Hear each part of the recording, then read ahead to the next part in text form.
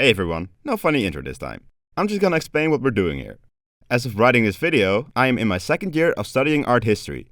So I thought, why not use my hours of toiling away for tests and essays and put them to a more useful purpose, making a YouTube video. So as you might have guessed, this part of my channel will be dedicated to art history. Let's call it brushing history. At first, we're gonna be taking a look at Western art history, in broad strokes. I'm excited and let's get into it. Now I called this video the Art of Antiquity, but that kinda just means Greco-Roman art. This is primarily for one reason. It's the thing most Western artists gushed over until Napoleon's funny little trip to Egypt. There will be some glimpses to Egyptian art in this video, but no dedicated sections. But you know, maybe one day. So, off to Greek art. The Greek world of antiquity was not really limited to modern Greece. More like this. And after Alex did his thing, this. And remember that this is no unified Greek empire, but a cultural sphere mainly consisting of many city-states. There's one major issue when studying Greek art, and that is that a lot of it is gone. There are three key types of Greek art remaining from antiquity: pottery, sculpture, and architecture. And metalwork, but I'll leave those aside. There are descriptions of Greek paintings as well, which were supposedly highly praised and very lifelike. But only fragments remain to us. And like we'll see with sculpture, our best look at it is gained from Roman copies. An example of this is the famous Alexander mosaic, a beautiful Roman mosaic that is likely a copy from a Greek painting. Pottery was often made in large workshops. By adding watered down clay, called slip, and then incising details on it, the slip would blacken when baked. So whether figures are black or red on pottery is determined by the process. The Greeks also really dug the human body. Look no further than naked Olympics. But this also extended into art. They really like portraying idealized human figures. When it comes to sculpture, sadly a lot of it, again, is gone. Especially freestanding sculpture. But a lot of Greek sculpture can also be found adorning buildings as reliefs. But for freestanding sculptures, there are plenty of Roman copies of the originals. What is kind of interesting, a lot of the original works were made in bronze instead of marble. This can be recognized by weird struts between arms and extra items for balance, for example. That is because marble can be too brittle or heavy for hanging arms. As you probably know, marble statues weren't left in their white color as we see them today.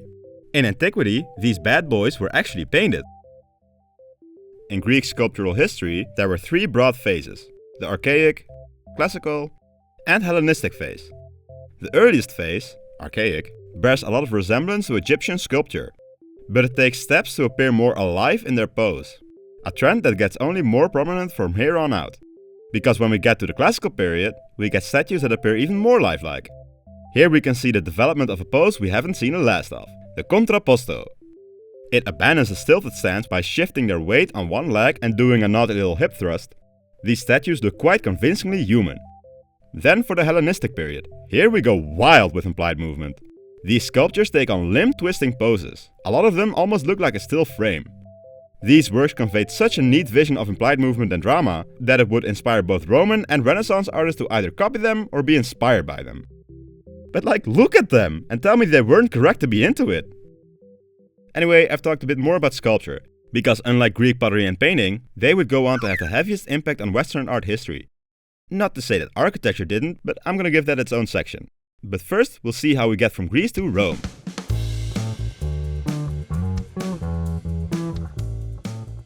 Guys, I'm going to come in with a pretty hot take. Rome was a big deal. This one small little city-state had grown to encompass most of Western Europe and the Mediterranean. But they first began small, as a regional power with some Greeks to the south, in Magna Graecia, basically South Italy. Here they came into contact with Greek art and architecture for the first time. To put it very simple, it left an impression. But after conquering the region, taking out the Carthaginians, and then blobbing across the Adriatic, they came into possession of even more Greek art. As you might have noticed, Roman art and architecture looks remarkably similar to that of the Greeks. You might say that Rome conquered Greece, but the Greeks conquered Rome. They did say that, it was Horace, he said this. There were differences, however, and I'll get into them. But first, what did our Eagle boys like so much about the Greek arts? Well, for one, they really dug the realism, even in its idealized form. Although they would put their own spin on that realism. Another thing they dug was the harmony and balance, both in pose and implied movements. So yeah, we haven't seen last of the contrapposto. The Romans would go on to continue Greek artistic traditions. They would also portray lifelike sculptures and even mirror their themes. Like the Greeks, they too had a hidden tradition of painting. See, Pompeii and Herculaneum were destroyed by the Vesuvius, but because they were covered by volcanic ash, they left behind a veritable treasure trove of archaeological findings. Boy, that's actually morbid. So, like the Greeks, Roman painting was also a long forgotten artistic tradition.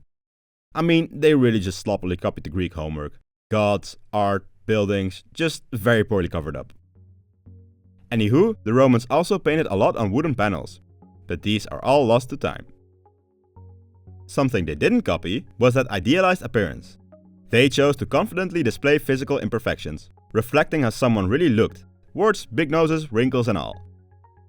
But that is also not entirely true. They just gave it their own spin. See, the appearance of Roman sculpture seems more realistic and less idealized, but this was an artistic and sort of ideological choice. Case in point, the evergreen Augustus. Another shift is in what they portrayed. Where the Greeks did portray some politicians when they commissioned artworks, the Romans focused on them.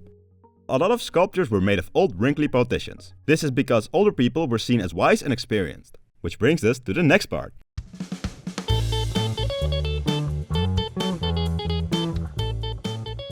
One major difference between the Greek artistic traditions and the Roman ones was the function. See, the Romans had a novel purpose for their art. Propaganda. Maybe that's why we think about Rome every day. Examples: Pompey's theater, triumphal arches, triumphal paintings, and Augustus, in general. Although that is not to say the Greeks never done any propagandizing in their time. But Roman monuments like triumphal columns and arches depicted, memorialized, and propagandized events in the lives of their subjects. We also start seeing inscriptions as part of the work, something we never really saw with the Greeks, where they were often treated more like an afterthought. Roman painting, aside from being used in triumphal processions, was also applied to room decoration. This was monumentally discovered by the frescoes, wall paintings on plaster, unearthed, unashed, in Pompeii. These wall paintings range from scenes, both genre and mythological, to landscapes, to recreating illusionary architectural elements. Furthermore, there were beautiful mosaics, like the aforementioned Alexander one, a medium with which the Byzantines would really pop off. There is a trend we can see developing here. Romans used their art a bit more pragmatically. They used it to show what battle was won by whom, they used it as propaganda, they used freaking age as an ideological shorthand for purity and wisdom. This is reflected in their wall paintings as well as their death masks. The latter were often a source of inspiration for artists when making busts of the deceased. In fact, displaying art of your ancestors was a way of reinforcing your status in that delightful class-based society in Rome. Another thing we see less of in Rome is the nude sculpture. Where the Greeks were dominated by the nude, primarily dudes, this is the Antiquity after all, the Romans portrayed their civic and military leaders more often in their togas and armors. Bunch of prudes. No, but this is not a hard rule. There were plenty of nudes and clothes on both sides of the Adriatic. Like we just saw, Rome was big. They disseminated their cultural practices throughout Europe, meaning that we can find a lot of Roman artifacts in Europe, North Africa, and the Middle East. But they also had the same profound impact on their conquered peoples that the Greeks had on their conquerors. This is partly why Rome is such a big deal in art history. The artistic traditions they inherited from the Greeks would be referenced, copied, and inspire centuries of Western artistic practices.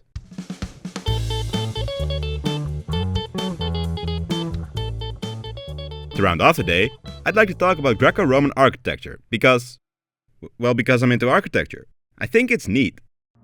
When we discuss architecture, we are often focused on large monumental structures, religious buildings, or palaces, simply because they were often made of more durable material or held a special sentimental status. For the Greeks and Romans, we will focus on their temples. When it comes to these temples, the outside was often more important than the inside. One reason for this, life in Greece played out in a warm Mediterranean climate, and therefore often took place outside. Something that was very important to Greco-Roman architecture were the classical orders. The classical orders often largely determined a building's decorative program, and are best recognized by their columns. Starting us off with the Doric order, the most austerest of the Greek orders. We are not 100% sure where their appearance originated. The most common theory was supported by our favorite Roman T-poser, Vitruvius. According to this theory, Doric decorations are skeuomorphic, which is when an object is designed to recall an object that previously fulfilled its function. Some examples are electric candles, the floppy disk safe icon, and decorative rivets in jeans. In this case, many ornamental elements in the Doric style find their origin in older Greek temples that were made of sun-dried brick and timber. Examples of this are the guttae, flutes, and triglyphs. But another theory is that the decorations were purely aesthetic, and that a lot of Doric elements are based on Egyptian ones. But regardless, Doric was the OG classical order. In general, their columns had no base, their pillars were fluted, and their capitals were simple cushions for the entablature. The entablature consisted of a broad architrave with a frieze, which was adorned by triglyphs above and between every column, which were alternated with squares called metopes, which contained paintings or relief sculpture. The next in our order is the Ionic order. As with most things in antiquity, we are not sure where or when it arose. But it likely originated shortly after or around the same time as the Doric order. Here, the focus shifts more towards ornamentation. A great symbol of this trend can be recognized in the frieze, where they abandoned the triglyphs that served a symbolic function of putting emphasis on a structural weight. With the Ionic order, the friezes were often highly decorated with relief sculptures. The most recognizable characteristic of the Ionic capital were the volutes on the side with egg and dart ornamentation. In comparison to the Doric order, these columns were more slender and rested on bases. And according to Vitruvius, also more feminine. Wait, what? At the turn of the 4th century BC, the Corinthian order came about. The order was the pinnacle of ornamenting, with again a very slender pillar. Though the order didn't outcompete the former two at first, it did gain popularity among the Hellenic civilization, but really popped off with the Romans. The Corinthian order is recognized by the distinct capitals, that are heavily decorated with acanthus leaves and often topped with a central fleuron. There are two more orders in which I won't get into deeply, the Tuscan and Composite orders. These were the two Roman orders, but they didn't recognize these as distinct orders themselves. This recognition was something that stems from the Renaissance. The Tuscan order is basically, take the Ionic order with the Doric capital, strip it of its ornaments, some more minor adjustments, and voila, Tuscan order. And the Composite order is basically a combination of Corinthian and Ionic. Take the acanthus leaves of the Corinthian and top it off with Ionic elements. And that, kids, are the classical orders. So the Romans, if they were good at one thing, except for slavery, conquest, subjugation, aesthetics, and hyping themselves up, it was construction. They used concrete to build massive monuments and buildings that still hold up remarkably well. As we've seen, Greek architecture was primarily an outside phenomenon. The Romans were more conscious of the interior. They applied inventions such as arches and domes to create larger spaces. The Romans, crafty little bastards that they were more practical, something we can see with their more numerous application of the engaged column, which is half a column stuck to a wall. No longer is such a column a structural element, but is just used to spruce up a building. Another difference was the idea of a facade. Where Greek temples were often designed to be approachable from all sides, the Roman ones generally had a clear front side. This can partially be traced back to the fact that, like art, Romans used architecture as politically as possible. Systemized to be easily spreadable, useful as propaganda, like triumphal arches, and symmetricity to even better display the power of visuals. Bonus points if they put their names on the fronts. So all in all, architecture is pretty interesting. I think so at least. And if you're still here, so do you. Awe, or if you prefer, Kaide. Hope you guys enjoyed this completely different topic, especially because I got two more of these in the queue before we get back on the rails of Frisian history.